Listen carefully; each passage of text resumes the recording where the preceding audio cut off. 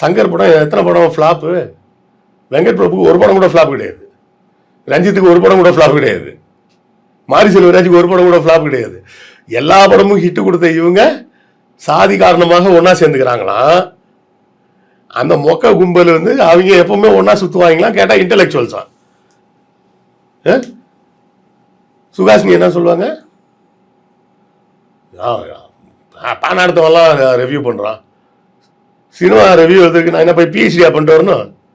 படம் பார்க்க தெரிஞ்சா போதும். படத்தை பார்த்துட்டு நல்லா இருக்கு நல்லா இல்லைன்னு சொல்ல போகிறேன். அது மாதிரி இவங்க யாராவது சொல்லியிருக்காங்களா? சும்மா சும்மா என்ன என் படத்தை பற்றி ரிவ்யூ பண்ணுறீங்க அப்படின்னு யாராவது சொல்லியிருக்காங்களா? உண்மையிலே அப்போ மனம் நோகிறதுன்னு சொல்கிறவங்க யாரு? இதை சிந்திச்சிங்கன்னா இங்கே உள்ள ஒளிஞ்சிருக்கக்கூடிய அந்த சாதிய படிம நிலை யாரால் கட்டமைக்கப்பட்டு யாரால் உங்களுக்கு அது ஊட்டப்படுகிறது?